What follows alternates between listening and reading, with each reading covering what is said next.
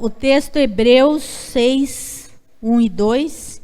Pelo que, deixando os rudimentos da doutrina de Cristo, prossigamos até a perfeição, não lançando de novo o fundamento do arrependimento de obras mortas e de fé em Deus, e da doutrina dos batismos, e da imposição das mãos, e da ressurreição dos mortos e do juízo eterno. Agora, Atos 19, 6. Paulo disse: certamente João batizou com o batismo do arrependimento, dizendo ao povo que cresce no que após ele havia de ver e visto, que é Jesus Cristo. E os que ouviram foram batizados em nome do Senhor. E impondo-lhes Paulo as mãos, veio sobre ele o Espírito Santo, e falavam línguas e profetizavam. A imposição de mãos é uma prática que nós vemos desde o Antigo Testamento. Ela tem referência no Antigo Testamento, também no Novo Testamento. Impor as mãos tem a ver com transmissão de bênção para outras pessoas. É como se através de nós Deus abençoasse a outra pessoa. Nós sermos um canal de bênção. Não que nós mesmos temos poder de fazer alguma coisa, mas é através de nós que Deus faz alguma coisa. Então nós vemos a imposição de mãos, tanto no Antigo Testamento como no Novo, relacionado a isso, a abençoar alguém, a transmitir uma bênção. Então, se nós vamos lá para o Antigo Testamento, livro de Gênesis 48, mãos aqui, do versículo 11 em diante, está quando Jacó abençoa José, né? Nós não vamos ler todo o texto, mas nós sabemos como que é. Então, no versículo 20 diz assim: e assim os abençoou naquele dia, dizendo: em ti Israel abençoará, dizendo: Deus te ponha por Efraim e como a Manassés. 19, mas seu pai o recusou, disse: eu sei o filho meu, eu o sei. Também ele será um povo e também ele será grande. Contudo, seu irmão menor será maior que ele e a sua semente será uma multidão das nações. Então nós sabemos a história, né, de Jacó. Nós sabemos que ele abençoou. Então os patriarcas no Antigo Testamento nós vemos muito a bênção dos pais sobre os filhos. Então o primogênito tinha uma bênção especial. Todo filho, homem primogênito, ele ganhava do pai uma bênção especial. Ele tinha uma bênção melhor, digamos assim, né? Todo homem, o primogênito. Aí nós sabemos a história de Jacó, né? Que ele roubou a bênção de Esaú. Ele mentiu para o pai já era cego e ele mentiu e ele recebeu a bênção. Então tinha muito com a imposição de mãos de abençoar os filhos. E é uma prática que nós deveríamos até hoje cultivar. Se nós entendermos como um pai pode ser importante na vida de um filho e como a bênção ela é importante na vida dos filhos, nós oraríamos mais com imposição de mãos sobre os nossos filhos. Porque os pais, eles têm autoridade sobre os filhos. E esse ato de impor as mãos e abençoar é um ato muito importante que nós, como pais, deveríamos fazer sempre na vida dos nossos filhos. Abençoá-los, orar por ele e pôr as mãos e abençoá-los. Então, esse ato de passar uma bênção para os nossos filhos, como era no passado, tem se perdido, né? E a gente não tem feito muito isso. Quando nossos filhos nascem, nós cristãos, nós consagramos ele ao Senhor, mas muitas vezes nós deixamos esse ato de impor as mãos sobre ele e orar por eles. Nós sabemos, irmãos, que os nossos filhos já desde pequenos, eles enfrentam tantas coisas na vida, né? No dia a dia, na escola, tantas coisas. E hoje, Satanás tem procurado tirar a inocência mais cedo dos nossos filhos. E o mundo está ali, né? E muitas vezes nós que somos canal de bênção para os nossos filhos, não fazemos isso. De abençoá-los, de pôr as mãos e orar sobre a vida deles. E isso é muito importante, porque nós temos autoridade sobre os nossos filhos. Assim como, às vezes, quando os pais falam palavras que não devem aos filhos, causa problemas depois, tem esse lado de você abençoar teu filho e colher os frutos dessas bênçãos depois. Então, nós temos deixado um pouco de lado isso. E isso é bíblico e não é errado fazer. Eu lembro quando os meninos eram pequenos, muitas noites o Isaías levantou, eles estavam dormindo, Isaías ia lá e orava sobre a cabeça deles, orando e abençoando eles. Eu acho que é o nosso papel como pais orar pelos nossos filhos e realmente ministrar bênção sobre a vida deles. Ministrar bênção. Ser pai não é fácil, né? A gente nem sempre acerta, lógico. Muita coisa a gente depois vê que errou. Muitas vezes nós somos muito rápidos em chamar a atenção dos nossos filhos e, por outro lado, não exercitamos o ato de abençoar nossos filhos. Impor as mãos simboliza autoridade. Então, nós precisamos resgatar isso nos nossos dias, o ato de orar pelos nossos filhos, abençoar nossos filhos, cobrir eles com a proteção de Deus. Como eu falei, nós somos autoridade sobre eles. Devemos sim fazer isto. Outra coisa que se usava em posição de mãos é para transmitir autoridade. Números 27, do 18 ao 20. Então disse o Senhor a Moisés: toma para ti a Josué, filho de Num, homem em que há o Espírito, e põe a tua mão sobre ele, e apresenta-o perante Eleazar, o sacerdote, e perante toda a congregação, e dá-lhe mandamento aos olhos dele. E põe sobre ele da tua glória, para que lhe obedeça toda a congregação dos filhos de Israel. Então aqui, Deus mandou Moisés pegar Josué, e ungir ele. Também sinal de autoridade. Moisés estava passando a autoridade que ele tinha para Josué, porque Deus já tinha avisado Moisés que ele não voltaria do monte. Logo depois desse episódio, Moisés sobe no monte e não volta mais. Morreu. E Josué então substituiria.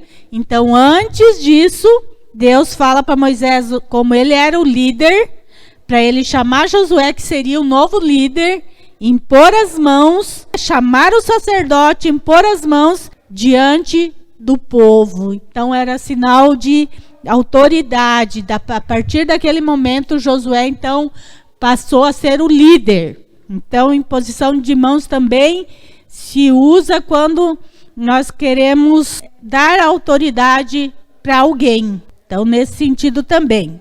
No texto de Atos que nós lemos, fala que Paulo orava e as pessoas eram batizadas no Espírito Santo. Então, a imposição de mãos também para batismo no Espírito Santo. Não que seja regra.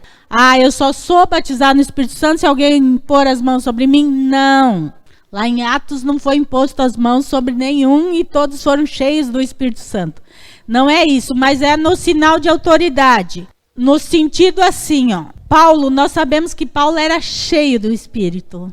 Tão cheio do Espírito que a roupa dele curava. Ele era cheio do Espírito, quando ele tocava em alguém, a pessoa também era cheia do Espírito. Se nós queremos orar por alguém, essa pessoa ser batizada no Espírito Santo, o primeiro passo é nós ser cheios do Espírito Santo.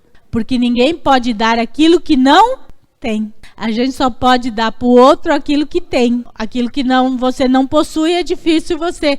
Mesmo que quem é o autor da bênção não somos nós, irmãos, é Deus. Nós somos canal. Nós somos apenas um canal para ser usado por Deus. Mas Deus usa pessoas que estão fazendo aquilo que Ele quer, que estão com o propósito dele no coração.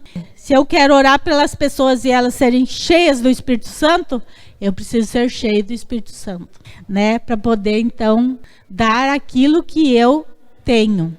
A imposição de mãos também é isso. Lá no livro de Marcos, ordenanças de Jesus antes de subir, Marcos 16, 18. pegarão nas serpentes, e se beberem alguma coisa mortífera, não lhes fará dano algum. E imporão as mãos sobre os enfermos e os curarão. Então, imposição de mãos também para ministrar cura. Orar por alguém com imposição de mão para ministrar a cura. Irmãos, vocês viram que quem está falando aqui nesse texto? Jesus. Foi o próprio Jesus que colocou isso de impor as mãos. Então não é uma invenção humana, não é algo que alguém inventou. Não, o próprio Jesus, e nós vemos muita passagem que ele curou as pessoas, ele usando as suas mãos para curar. Então, o próprio Jesus diz que nós temos autoridade de pôr as mãos sobre os enfermos e orar e os curar. A imposição de mãos também é para cura, para orar por enfermos. 2 Timóteo 1:6. Por esse motivo te lembro que despertes o dom de Deus que existe em ti pela imposição das minhas mãos. Paulo aqui está falando para o seu discípulo Timóteo que ele não devia ignorar, ou que ele devia prestar atenção no dom que ele recebeu quando Paulo impôs as mãos sobre ele. Então, a imposição de mãos também para receber dons, não só o batismo do Espírito Santo, mas mais dons, né? No caso de Timóteo, ele foi chamado para ser um pastor, né? 1 Timóteo 5:22, voltando um pouquinho para trás, diz assim: a ninguém imponhais precipitadamente as mãos, nem participeis dos pecados alheios, conserva-te a ti mesmo puro. Aqui Paulo estava dando uma instrução para Timóteo, dizendo que ele não devia colocar as mãos precipitadamente sobre alguém. Nesse contexto chamar alguém para liderança. Então, a imposição de mãos como separar alguém para o ministério. Quando alguém é separado para o ministério, a imposição de mãos é algo para mostrar que aquela pessoa foi separada para o ministério. E aí há um conselho de Paulo para que Timóteo não fizesse isso precipitadamente. E isso é um conselho muito bom para nós sempre observar. Não nos precipitarmos na escolha da liderança. Porque, irmãos, Deus, ele usa as pessoas independente de cargos. Deus não precisa de um título para usar ninguém. Às vezes a pessoa pode estar fazendo um trabalho pastoral sem ser pastor. A pessoa pode estar fazendo um trabalho de diaconado sem ser um diácono, né? Sem ser reconhecido. Mas qual o cuidado que Paulo teve aqui falando para Timóteo? É no cuidado de você não colocar as mãos, porque tem isso, irmãos, do simbolismo, da força da imposição de mãos de uma pessoa sobre a outra. E aí, se você não escolheu muito bem a pessoa, né? Não tem como você retirar aquilo que você fez, o ato que você praticou. E nós vemos assim, eu mesmo tenho visto muitas pessoas que foram colocadas como pastores sem preparo para ser pastores. E aí, o que acontece quando, principalmente na área de pastorado, ou de ministério assim, pastoral, ou de missionário, nessa área sim. Quando a pessoa não está preparada, o que acontece? Ela se frustra e ela acaba frustrando outras pessoas que vão congregar com ela. Por quê? Porque, na verdade, ela não amadureceu muitas vezes o seu chamado, ou muitas vezes ela nem tem chamado para isso.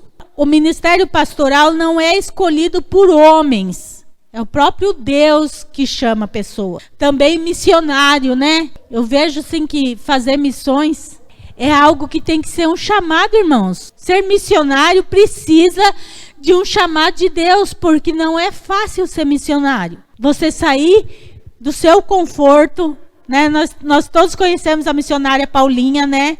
E sabemos da situação dela lá entre os índios que ela trabalha. Ela tinha todo o conforto aqui e ela saiu, ela vai lá trabalhar no meio de índios, tendo que conviver com a cultura deles e tudo mais. Irmãos, isso é só se Deus realmente tem um chamado, porque senão a pessoa não suporta. Eu falo sempre que eu, sinceramente, ser missionária não é minha praia. Por exemplo, nós temos missionários na África, vão lá. Você tem que conviver com a realidade do lugar que você vai. E eu, para mim, se tem uma coisa que meu coração não aguenta, é vendo uma criança passar fome, por exemplo. Eu não tenho estrutura para ver aquilo todo dia e não fazer nada, entre aspas, né? Porque o missionário, ele não consegue, ele faz alguma coisa, mas não dá para mudar todo o sistema do país. Então, ele tem que conviver com muitas coisas. Então, precisa ser algo de Deus e não de homens. Porque senão a pessoa vai, não dá certo, ela se frustra, porque daí ela... E frustra as pessoas que ela trabalha. A importância, por isso que Paulo dá esse conselho para Timóteo, olha, não se precipite, tenha pressa, vá com calma. Nós, o pastor Isaías tem essa... Ele fala que o líder, ele nasce no meio, né? A gente não importa a liderança nasce no meio. E assim, irmãos, vai se formando naturalmente. E a gente apenas reconhece. A pessoa está fazendo aquilo naturalmente, sem saber que aquilo é diaconato, sem saber que aquilo faz parte de ser obreiro da igreja. É natural, a pessoa faz. E a gente depois só reconhece, não, mas já estava fazendo. O Noel é um exemplo desses. O Noelzinho, nosso obreiro aqui. O Noel, quando ele veio, mas ele não era obreiro. Veio porque ele queria estar conosco, nos ajudando. E ele, naturalmente, ele foi fazendo as coisas de obreiro. Naturalmente, ele fazia, ele foi cuidando das coisas, ele foi fazendo. Apenas foi reconhecido aquilo que ele já estava fazendo, independente de um cargo. As pessoas hoje, e muitos cristãos hoje, têm se baseado muito no nome. E não é isso, irmãos. Para nós fazer a obra de Deus, nós não precisamos ter um rótulo. Nós não precisamos de rótulo. De ser pastor ou ser diácono. Nós não precisamos disso. Nós podemos fazer a obra de Deus. E a imposição de mãos, diferente do óleo de unção, a imposição de mãos é para a igreja. Não é só o pastor, não é só a liderança. Qualquer um pode impor as mãos e orar para uma pessoa. Nós podemos orar pelos nossos filhos com imposição de mãos. Nós podemos orar pelos enfermos com imposição de mãos. Nós podemos orar para que a pessoa receba o Espírito Santo ou receba dons do Espírito Santo. Qualquer um de nós pode fazer isso. A única condição de impor as mãos é com relação à liderança, que tem que partir então do líder. O líder chama outro para ser líder e impõe as mãos, que é sinal de autoridade, que tem a ver com autoridade. Agora, na outra questão, nós somos livres, então, para orar pelas pessoas, impor as mãos. E isso é algo bíblico e é algo, digamos assim, talvez ultrapasse a nossa razão. E, irmãos, eu estava preparando o estudo e pensando, né? Mas por que, né? Se Deus é o abençoador, por que a imposição de mãos, né? E nós vemos o próprio Jesus dizendo para os discípulos fazerem isso. Irmãos, existe muita coisa, muitos mistérios ainda de Deus que não são conhecidos para nós. E aí entra o texto de Deuteronômio 29, né? Que diz que as coisas reveladas são para nós e para os nossos filhos. As que não são reveladas é porque Deus acha que nós não precisamos saber. Ele não quis revelar, então não adianta a gente querer, né, conjecturar alguma coisa que não existe. Então, algo de Deus por trás da imposição de mãos, que não está bem especificado, na Bíblia, mas que tem a sua relevância. Então, muitas vezes nós não temos feito uso desta arma, digamos assim, que Deus colocou nas nossas mãos, porque nós achamos que não tem nada a ver, ou achamos, porque tem sido deturpado também, como foi deturpado o óleo, só determinadas pessoas podem fazer, que só o líder pode fazer, ou que, né? E não é isso. Outra coisa aqui, não há como você expulsar um demônio se você não impor as mãos sobre a pessoa possessa. E a hora que você põe a mão sobre a pessoa possessa, você vê, a hora que a gente põe as mãos é que a gente vê o poder de Deus agindo. Então há algo sobrenatural neste ato. E nós, então, estamos deixando de praticar. Nós, como um todo, o cristão tem deixado de praticar esse ato de impor as mãos. Impor as mãos sobre nossa família, não só sobre nossos filhos, mas os cônjuges, né? Digamos assim, o marido tem autoridade de Deus sobre a vida da esposa. E às vezes os maridos cobram muito a esposa, né? E não tem abençoado a vida da esposa. Também, da mesma forma, a esposa, ela tem autoridade de impor as mãos sobre a vida do marido e orar por ele. Abençoar. É como falei, às vezes nós temos muita rapidez em falar coisas que não convém e muita dificuldade em abençoar o outro. Então, nós precisamos resgatar esse ato de impor as mãos, de orar pelas pessoas com imposição de mãos. Clamando, sabendo que nós somos canal de bênção, que naquele ato Deus pode realmente mudar a situação daquela pessoa. Se está alguém doente, que vem à sua casa e pede oração, irmão, coloque as mãos sobre essa pessoa e ore. Beleza, pedir oração para o pastor, pedir oração para os irmãos, tudo isso é válido, mas você também é canal de bênção. Você também pode abençoar. Faça isso. Deixa Deus te usar. Ou às vezes Deus tem o dom de cura para alguns aí, mas a pessoa nem sabe porque nunca ora pela outra pessoa, né? E quando impor as mãos sobre os doentes, eles ficarão curados. Então, às vezes você tem dom e você nem sabe porque você não anda praticando. Então, irmãos, nós precisamos pôr as mãos sobre as pessoas, orar pelas pessoas. Clamar a Deus sobre a vida das pessoas, os nossos filhos, os irmãos, quem chega até nós com pedido de oração. Às vezes você pensa assim, mas, puxa vida, eu tô tão, né? Que tem dias que a gente não tá bem, né? E parece que nos dias que a gente não tá bem, mais gente aparece para nós, né? E aí, eu vejo muito quando o Paulo fala assim que quando ele está fraco, aí ele está forte.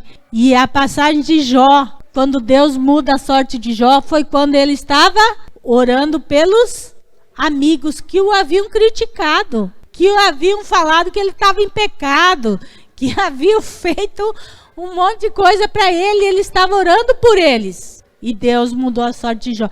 Então, às vezes, irmãos, Deus quer ver nossa atitude nos momentos difíceis.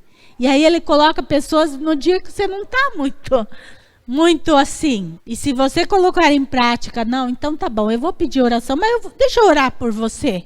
Às vezes, neste momento, Deus vai te usar para aquela pessoa e Deus vai agir no teu problema, na tua vida.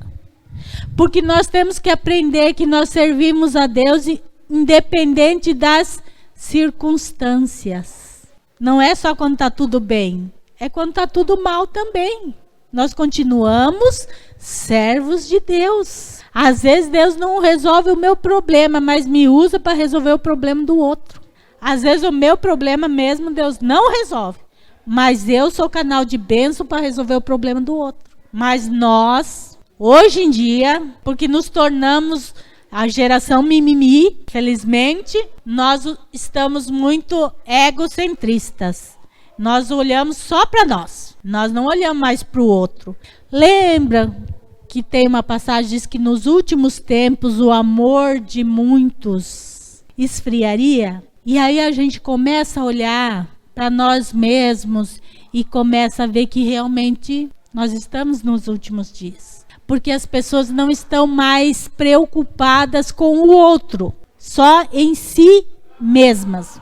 Então hoje, o cristão de hoje, eu não estou bem, não me perturbe. Eu não estou bem hoje, não me procure. Então nós estamos só pensando em nós mesmos, essa geração egoísta que se tornou.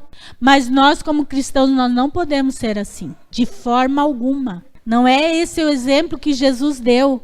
Quantas vezes que Jesus estava cansado, ele não aguentava mais, ele estava exausto. E tinha uma multidão atrás dele. Quando ele faz a primeira multiplicação de pães, ele tinha passado o dia ensinando a multidão. Ele estava cansado, mas ele se preocupou como é que aquele povo ia embora sem comer. Como é que ele ia deixar aquele povo ir sem se alimentar? E ele então faz a multiplicação dos pães e do peixe, porque ele se preocupou com o outro e não consigo mesmo. Então esse é o ensinamento de Jesus. Apesar de você estar cansado, de você estar com problemas, Deus pode te usar nessa situação. Ele quer te usar nessa situação. Mas hoje nós temos, não, Senhor, escolhe outro que hoje eu não posso. E aí nós perdemos bênçãos de Deus também. Nós perdemos, porque o que aconteceu com Jó? O problema dele foi mudado quando ele estava orando por aqueles seus amigos. Não foi quando ele estava pedindo para ele. Foi quando ele estava pedindo para o outro. Vocês veem que as coisas de Deus são diferentes da nossa ótica? Que Deus trabalha diferente da lógica nossa humana? A lógica nossa humana é: eu estou bem, eu te ajudo. A nossa ótica humana. A ótica de Deus é: ajude, independente de se você está bem ou não. Então Deus trabalha diferente. E nós estamos então nos acomodando, porque deixamos de ser bênção na vida das pessoas, porque estamos olhando muito para o eu. Eu não estou bem, eu isso, eu aquilo. Quando alguém chegar a pedir oração, ore, impõe as mãos. Naquele momento você é autoridade sobre a doença, você é autoridade sobre espíritos malignos, você é autoridade para abençoar aquela pessoa. Autoridade sobre, às vezes a pessoa está procurando emprego, você é autoridade em nome de Jesus para abençoar, que as portas se abram. Faça uso dessa ferramenta. Nós temos deixado, como eu falei, por mau uso, Porque a gente vê muita coisa errada, com imposição de mãos, muita coisa errada. Mas nós não precisamos ter medo. Seja um canal de bênção. Já pensou você orar por alguém e essa pessoa ser batizada no Espírito Santo? Eu fui batizada assim no Espírito Santo. Alguém estava orando por mim e aí eu fui batizada. Não que seja regra, entendeu? Mas Deus pode usar pessoas. Deus pode nos usar de formas que a gente nem imagina. Quando a gente está se dispondo a fazer. Se dispondo a realmente ser usado por Deus como canal de bênção. A imposição de mãos não é para amaldiçoar, a imposição de mãos não é para criticar, você abençoar outra pessoa. Isso é para todos, é para a igreja, é para qualquer um. Diferentemente do óleo de unção, a imposição de mãos é para todos. Não tenha medo, não tenha medo. Eu vou pôr a mão e se tiver algum demônio. O nome de Jesus é mais poderoso que existe. Então não precisa ter medo. Diante do nome de Jesus, o demônio tem que sair. Não é na nossa força, quem somos nós, mas é no nome de Jesus. Então nós precisamos voltar a esse cultivo de impor as mãos sobre as pessoas, de orar por elas. Isso traz também proximidade, Traz segurança para a pessoa que está recebendo, E às vezes tem faltado isso. Nós precisamos resgatar, então, esse ferramenta que Jesus deixou, Só, então, com relação ao ministério, que é separado, então, que é o pastor, que separa as pessoas pro ministério pastoral. Claro que antes é Deus que separa. Coloque em prática, irmãos. Ore pelas pessoas. Impõe as mãos sobre seus filhos, ore por eles. Impõe a mão sobre o seu cônjuge e ore por eles. Impõe as mãos sobre as pessoas que vêm pedir oração por você. Ore por eles. Deixa Deus te usar. Deixa Deus, através de você, fazer grandes coisas na vida das pessoas. E você vai se sentir satisfeito. É muito bom. É muito bom ser usado por Deus. Mas nós precisamos resgatar, então, a verdade. Nós temos visto, irmãos, tantas coisas, né? Tantas aberrações acontecendo. Nós vemos que o final está próximo. Parece que o povo cristão está mais preocupado com o seu bem-estar. Está mais preocupado com a sua vidinha. E ninguém está percebendo que o fim está chegando. E nós estamos preocupados que, né, só com o nosso mundinho. Nós temos deixado de pregar o evangelho. Nós temos deixado de orar pelas pessoas. Nós temos deixado a oração. A oração tem sido fraca no meio cristão. Conhecimento da palavra de Deus tem sido zero quase no meio cristão. Hoje em dia se ensina muita coisa. Tem muita gente engolindo coisa errada porque não conhece a Bíblia. Conhecereis a verdade e a verdade vos libertará. Nós precisamos conhecer o que a Bíblia diz. Nós precisamos conhecer o que a Bíblia diz sobre óleo e unção, para que ninguém nos engane. Nós precisamos saber o que a Bíblia diz sobre imposição de mãos, para que ninguém nos engane. Tem muita gente aí que a pessoa está 1 mês, 2 meses na igreja, já chama, impõe as mãos sobre ela, dá cargo. E depois acontecem problemas dentro da igreja porque a pessoa não está preparada. Prudência tem faltado no meio cristão, prudência. Irmãos, não é porque a pessoa tem um talento que ela seja apta para fazer as coisas de Deus. A obra de Deus é diferente das nossas coisas cotidianas. É totalmente diferente fazer as coisas de Deus do que fazer as nossas coisas. Vocês viram que aqui na igreja não tem muito departamento? Sabe por quê, irmãos? Não adianta a gente formar departamentos e não ter pessoas para fazerem aquilo bem feito.